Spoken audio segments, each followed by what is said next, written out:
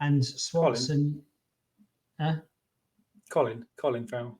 Yes, Colin Farrell. Yeah, Okay. And Swanson. I don't really treated with the disdain it warranted. Yeah. Yeah.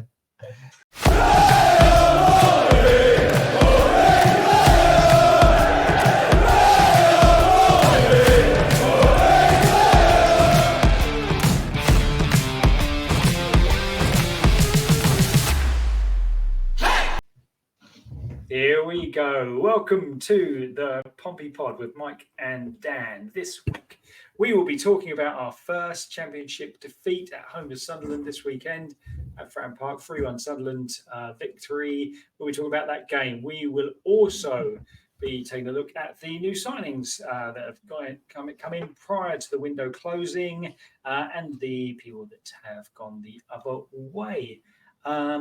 We'll give you a little link to the goal of the month for August. We're already into September.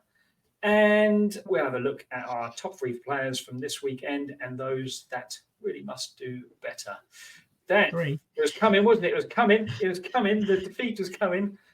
Yeah, sorry, you threw me with the top 3 players that we've got, to think of. It's going to be slim pickings. It was coming, wasn't it? I think... It's the 4th time we've come up against ultimately the better team. Yeah, I think our battling obviously got us somewhere in the first 3. I think the injuries just, I don't know, just have that back 4 just looked. I don't like that back 4. I don't think many people do, but it's been quite nice to see that a lot of people. I thought there'd been quite a lot of. I did see a few negative comments, which you're always going to get, but most of the comments are from people saying, "Well, we knew it was going to come. We're not to full strength. Let's not worry about it too much." So I thought, oh, that's quite good that people do recognise that. But yeah, it was just not a very good game, was it? Just from start to finish, I just thought Sunderland, by far the better team, much better on the ball, and we sort of gone back to that. There's no attacking at all with us. It's sort of pass the ball out to our defenders, knock it inside to the midfield, goes back to the defenders, and there's no one making those runs. There's no attacking runs up there. There's a real lack of cohesion going forward, isn't there? Yeah. In the few kind of rare attacks that when we were going forward, there's a couple of kind of Pack's disguised passes that just didn't land. They one went into Richie, and Richie kind of just didn't read it too early enough. There's another one where he went over the top, and obviously Richie didn't have the pace to get on the end of it. Very, very, very little in the opening 20 minutes. And we probably had the best chance, I think, where Lang kind of broke in behind, but just couldn't get the ball back across. Yeah. But once they went ahead, you couldn't really see us recovering really, could you? First goal was just calamitous, though, wasn't it? It was. Well, it was Roberts again, wasn't it, on the right-hand side? And we talked about him last week. Every time he got the ball, he looked dangerous. He had far too much room out there, and he pulled the cross back for who was it? It was the chap in Maenda, wasn't it, or something? He had the shot. Yeah. Saved by Norris, and then it was just happens, doesn't it? There's several things. If you work it backwards, obviously the attempted clearance by Williams was ridiculous. There's nothing Swanson can do about it. But the attempted save by Norris was poor. That's one you kind of you either take it in or you push it away to the side of your goal. And you don't put it back into the 6-yard box. Yeah. But there's no need for him to put it back anywhere, was there? It should be it was straight at him pretty much, wasn't it? But the real thing for me is A, how much space he had for that shot, and then B, the way they got down their right-hand side, our left-hand side so easily. It was just kind of, there was a little, they had it out wide, a little pass inside, and then that ball that just split Ogilvie and Silvera. Silvera didn't seem to be at full pelt going back after Roberts either. I just think it's disappointing. No. It's kind of the way we worked really hard for the first 3 games. It was just back to that, almost like that first 10 minutes against Leeds, where he just looked a little bit lackluster and not really at it.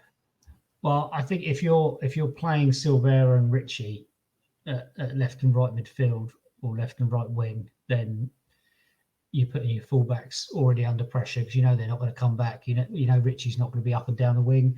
Silvera's not going to do a lot of defending, and that was the case, I think. And it was also one of those games where it was just every pass seemed to be. It was just one of those games where I even thought Pack had possibly his worst game, one of the worst games that I've seen him play, possibly the worst. Just from a passing point of view, he just couldn't even pass. He's normally that's one of his best attributes, isn't it? His passing, but even that on Saturday just wasn't. It just seemed like nothing was working, was it? Nothing went right. No. And even if you look at I know that we were soundly beaten in the end, but if you even look at obviously the first goal calamitous, second one, I think the key thing with me of Sunderland over the other three teams we played is Sunderland really came for a fight, didn't they? And they really matched us up physically, I thought. And but what epitomises that is that challenge on Dazelle that led to their second goal. Yeah, really sorry, was that a second goal? It was their third goal, actually. Sorry. Yeah. No, it was the second goal, wasn't it? Was it led to the second goal? Yeah. So, but ultimately, the thing you got to think is their second goal, offside. Not a lot made about that, and as we discussed earlier, I think it's a difficult one for Lino to call. But you're watching on a replay, definitely offside. There's no two ways about it. And then the third goal, you should probably say, Norris should probably be saving that, shouldn't he?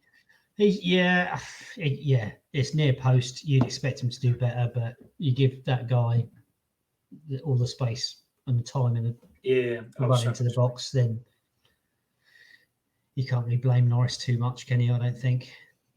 Yeah, I think. But they were just a better team. Yeah, go on. Yeah, absolutely. They were on a good run of form, and they were the better side. And if we're honest, it's been coming. But if we look at the positives, you're looking at the first 7 games of the season. Some people were saying, "Well, we're lucky to get any points out of that." I think people would have taken 4 or 5 points from those first 7 games. We've already got 3 on the board from those 4 games. And funny enough, looking at the games before the season, I'd have said Sunderland was the one where we're most likely to get points from. But obviously they've started well. But the positive, I think, is that we are still. I don't think we're looking at atrocious. Some people are saying that we've got a worse side than we had this time last year, but I don't necessarily think that's true. But we don't really know what these new signings are like yet. But what I do think is that we've done okay. We're a very patched up side, and defensively, we not being funny.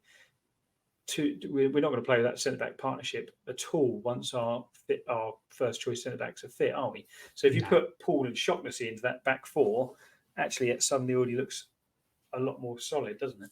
Mm-hmm. Yeah, I was trying to think. You'd have Paul and Shocknessy in there. We still don't know what this Farrell's like, but he's been talked up to be a good left back. So whether he'll come in for Ogilvie or not, and Swanson, Colin Farrell. Yes, Colin Farrell. Yeah, okay. And Swanson. I don't really... treated with the disdain it warranted. Yeah. Sorry, go on, Swanson. Swanson. I don't know. I just don't have much confidence in Swanson. I think Williams is probably likely to be the number 1 right back, isn't he? Yeah. As long as he stays there and not centre back. Yes, yeah. He's not a centre back. He's clearly not a centre back. What did you think? Because I spoke to my brother at half time and it was 1-0. And I said, what's going to happen is, I said, if he doesn't make changes at half time, I said, we're going to go 2-0 down within 5 or 10 minutes, and then he'll go, and he'll bring loads of subs on. And that was exactly what happened. We went 3-0 down, didn't we? 3-0 down, yeah. And then in the 60th minute, he brought 4 subs on. Did you think? I didn't see anything in the first half that made me think, I'm going to stick with this lineup for another 5 or 10 minutes, and then I'm going to change it. I would have just changed it at half time because it just wasn't working. There was nothing going forwards. They'd already got their the first goal. I think he should have changed at half time. I mean, if we did keep them out for 5 or 10 minutes, and then he made the changes and it all went great, then but I just think I think he should have at least made one change at half time. It was, I think if you've got one criticism about Mousinho's time so far, it probably is that he does tend to leave it late for change. If you think about last season, I know last season's very different because obviously we won more games than we lost, but there are times when you thought, oh come on, this needs a shake-up. It's just kind of nothing happening. And he'd leave it to like 70, 75 before making any changes. And he had his kind of core players that he stuck with, didn't he? We've got a much bigger squad this time. There's people that we can't even register going into the. You only got 25-man squad, but we've got like 28, 29 players, I think. So I think it's going to be. I don't know. It needs to be different this year, doesn't it? He needs to be making those changes a little bit earlier and not being. Because I also think on the loyalty side of things, I think the reason why Sadie, I don't like Sadie being number 9. If I'm honest with you, I think especially now we've got 2 or 3 other number 9s back fit and on the books. I think Sadie's stint at number 9 should be coming to an end because I think he only played him up top again because he scored twice against Middlesbrough. But let's be honest, the first one, great, yeah, that's a good goal. Second one, I probably could have scored that if I'm honest with you. So, and other than that, he had a good game against Middlesbrough. But again, he was kind of good first half, but disappeared a little bit second half, didn't he? So I'd like to hope that he won't be sticking with him out of loyalty up top anymore because no disrespect to him, I think he's better as a 10, but I also think he's better as an impact sub. So, yeah, I think you're right. I think maybe they should have changed a little bit earlier, but hindsight, wonderful thing. And all that. Mm-hmm. Yeah. Yeah, so it's the tricky part. Who would be your top 3 players? I didn't put a man of the match thing out this week because I really struggled to think. Well, I know who my man of the match would be, but I think it's three players. Well, one of them is the person I was going to say for man of the match, but 3 players. Mm-hmm. I went with Sadie and Lang purely for work rate, never giving up, getting stuck in, trying to close down, not getting frustrated with the fact they're getting hardly any service, but still putting a shift in. So those 2. And man of the match, you may laugh, but I thought Kamara was different class when he came on. It was really good, just really good. And I just hope it's not all over again, because when we first saw him, we thought, hey, here we go. We got someone here, haven't we? Yeah. But I thought he came on, because I was watching him at half-time as well while he was warming up. And they were like messing around, him and a couple of the new boys, but they were trying to get, you had Borat from Fulham doing the keepy ups, and someone else was doing them, and they were kicking the ball to him, trying to get him to do it. And he was just sort of kicking it back to him, going, no, I don't want to do any. And they were having a laugh with him. And I thought he seems quite shy. And I know they said he doesn't speak in English anyway, does he? I'm sure I read that somewhere. But then when he came on the pitch, I just thought he was different class, and he was coming back and he was demanding the ball off the defenders, and they were giving it to him. So he's obviously highly respected in that respect. And he was even screaming at the people in front of him, saying, like, he had the ball and there was no one to give it to, and he was having a go at people. And I thought, this is quite good that he's got that about him, where he's come in and he's like, I don't care, I've only played 20 minutes. I'm getting the ball and there's no one. I'm looking for a pass and there's no one to pass to. And I just thought some of the little bits of skill he did, little bits of strength, I just thought he looked like he could be really good. So it's good. Someone, he's only 19, isn't he? So good that he's a young lad coming in. He's got that character about him that he's prepared to, rollick the people in front of him. Here's a question, because my son mentioned this earlier today, so I'll put it to you. So obviously there's a lot of people saying he looked quality, and obviously Potts, another new signing, centre midfielder, on loan for a year, so he's obviously going to be used. Do you play 2 19-year-olds at the centre of your championship? Yeah, I don't know. Oh, well, I don't think he will. Quality as well, isn't he? Yeah, apparently so. Apparently so. He won't take. I mean, Pack's your obvious one in there, and then it's who plays with him. And I think he'll probably stick with Dazelle, and he'll use those 2 as subs. Okay. He likes to sort maybe of initially. Seen it. Yeah. Well, I hope not. I hope he does. Yeah. But it's all a future. So you're going Kamara man of the match. I think in the must-do category, must-do better category, I'll put everybody else, wouldn't you? Yeah. I thought. Narrow it down to 3. You could say about the whole back 5. I thought Pack just had a really bad off game. Silvera again, lots of promise, but no end product. Matt Ritchie, I think, needs to do a lot more as well. He doesn't seem to be scoring 10 goals a game that we expected him to do. He put a couple of nice free kicks in, didn't he? I thought his delivery was quite nice, but obviously, there was one that Ogilvy headed straight at the keeper, but other than that, no one else on the end of it. What do you think? Can I ask you? Sorry, what do you think? the Chelsea situation? Did you see the interview with Messina?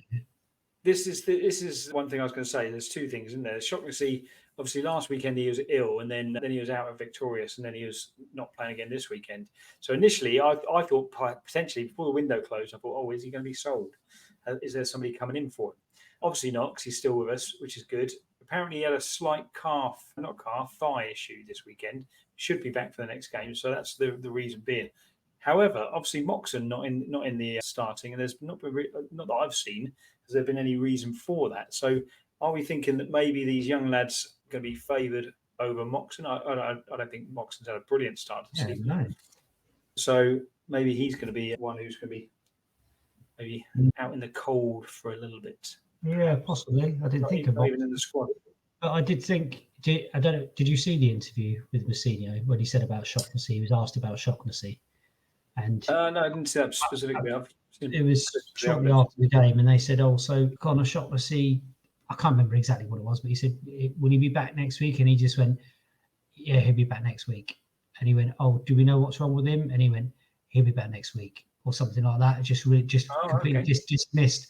Or something like it wasn't those words exactly. I can't remember what he said now. Yeah, but, it was something quite dismissive, as if he didn't really want to talk about it. Yeah, it seemed a bit off. So I don't know what's going on there. Whether there's been, because I know you said he was seen at Victorious, and the lady that sits behind him, he said she saw him at Victorious, and he was wearing a bandage on his thigh or something. On his that's right. Yeah, he was. He was wearing a bandage on his lower.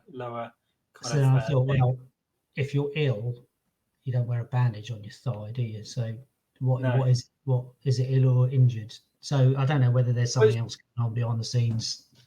It was only like a little pressure bandage thing. It wasn't anything too surgical or anything. It was literally just like a little pressure bandage. So who knows? I don't know. Maybe there's a slight muscle injury that wasn't 100% fair. Yeah, I do hope there's nothing other than that. I suppose maybe Mousinho's a bit annoyed because of the fact that, if you are injured, you probably shouldn't be out at a festival where you could possibly get maybe, I don't know, knocked. Possibly. Could be it. Okay, so transfer window has closed. In has come Kamara Potts Boat. Was a late one in, and O'Mahony. We knew he was coming, but he was a late one in as well. We spoke about Potts, Kamara, Blair last week. What do you know about the? He's a big lad, isn't he? This Boat. Big old about 6'3", I think he is. Yeah, I don't know anything about him. I saw him doing the keep-ups at half-time. He looked quite skillful, so that's about it. Okay. I did watch. The only highlights I could find of him was Hartberg against Stuttgart. No, I can't remember who they're playing. So another Austrian team, a good one. They lost 3-2, and you couldn't really tell much about him in that game, to be honest with you. So, and O'Mahony obviously scored for Brighton just before he signed for us. How do you think he looked when he came on? Had a half an hour? Yeah, he didn't look great, but it's half an hour. It's half an hour, isn't it? So it's half an hour. It's your first game. He had a couple of sort of loose touches, a couple of bad passes, but yeah, let's not judge him. No, fair enough. White and Scully out. Obviously, that's no massive surprise that White and Scully both out. Obviously, we couldn't get anyone to buy them, so we had to pretty much give them away, didn't we? We definitely gave White away. Wonder how much that cost us to get him off our books, but we wish them well. They didn't really have any. Well, White had plenty of chances to impress, never really did. A couple of small cameos with assists against Bolton and Peterborough, didn't he? But other than that, literally nothing else for the rest of the season. Yeah. And Scully, I couldn't tell you a single highlight of Scully in a Pompey shirt. No. Okay, we move on. I think I only saw him once because I missed the first game of the season last year. And I think I saw him in the second game, and I think that was it, wasn't it? Don't think he played a couple of times after that, but fleetingly, didn't he? Okay, so that's it. 3-1 defeat to Sunderland. The defeat we knew was going to come. We're not going to be like last year. It's going to be a change of mentality, isn't it? Because obviously we won more. We only lost 5 times last year. And a couple of those defeats last year were horrendous as well, weren't they? The 4-0 drubbing by Blackpool, was it Leyton Orient that we got tonked by at home as well? Or was it? Yeah. Lincoln, Leyton. Was one of the L's, wasn't it? It was Leyton Orient, yeah, because we beat them 4-0 at their place, and then they beat us 3-0 at ours, didn't they? It's going to be a tough season at West Brom next. They've started pretty well.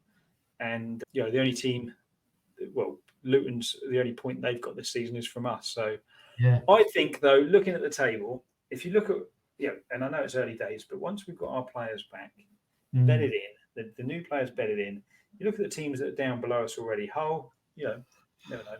They just spent £4.5 million on Kamara. Sheffield Wednesday, Preston, Plymouth, Cardiff look pretty pony so far, don't they? Coventry will do better. Millwall and Swansea. I think that they're all the sort of teams, and then obviously the newly promoted teams, Oxford and Derby. I think that's going to be the battle of the bottom half, in my opinion. I think we'll be all right. I think we'll be all right. Yeah. Tough times to come in the next couple of weeks, but I think we'll be all right. Yeah, I just want the team. I just want the team back. I want the boys back. I want the injuries. I want to just see what our just best 11. Just want to see what they're like. It'd be nice to have a weekend, wouldn't it, where you go, we've got a full squad available this weekend. And we've got our best 11 out there, or the team that we think is going to be our best 11 starting. But I don't think that's going to be for a while yet, which is a shame. Who do you think will be because obviously we have to name 25 for the season. So obviously Bishop won't be included in the squad because it's I don't know what his status is, but it's highly unlikely he's going to play before Christmas, is it? I would assume Stevenson won't be announced in the squad either, and probably Lowry. Who do you think the one other isn't? Because there's one other that can't be named as well. Or was it 28? Maybe it's 28 that we have it around. What about the one that's made a couple of subs appearances? What's his name? Harvey Clout. Is it Harvey? Yeah, under 21s, unless they're on loan, they don't count towards your 25-man squad. It's only the loanees that do. So anyone like Harvey Blair doesn't count. Borat, we saw him on a full, but Kamara doesn't count because he's only 19, so they don't count as the 25. So we can include them as a squad. But I think it's got to be Larry's too much of an injury risk to include in that squad, isn't it? Which is a shame. But I think he's another one we've got to move on. Yes. All right. Okay. So, first defeat, 3 points. 3 points is a bonus, I think, to get 3 points at this stage of the season against the teams we've played so far. Got 3 more tough games to play. And then, for me, the real season starts. So, I think I'd like to get another 2 or 3 points on the board from the next 3 games. If we do, I'll be happy with that. 6 from the opening 7, considering who we've played, will be quite a result. And then maybe, obviously, we've got 2 weeks before West Brom. Maybe we can get into some sort of good shape before then. Yeah. Anyway, we will be back. There is no game next weekend, but we will be back next week with a preview to that West Bromwich Albion game at Fratton Park. In the meantime, have fun. We've been the Pompey Pod. Don't forget to like, subscribe, and as the YouTubers say, smash that subscribe button. Smash it. And smash the ringy ring one as well, so you get notified. That's it all from us. See you later. Bye.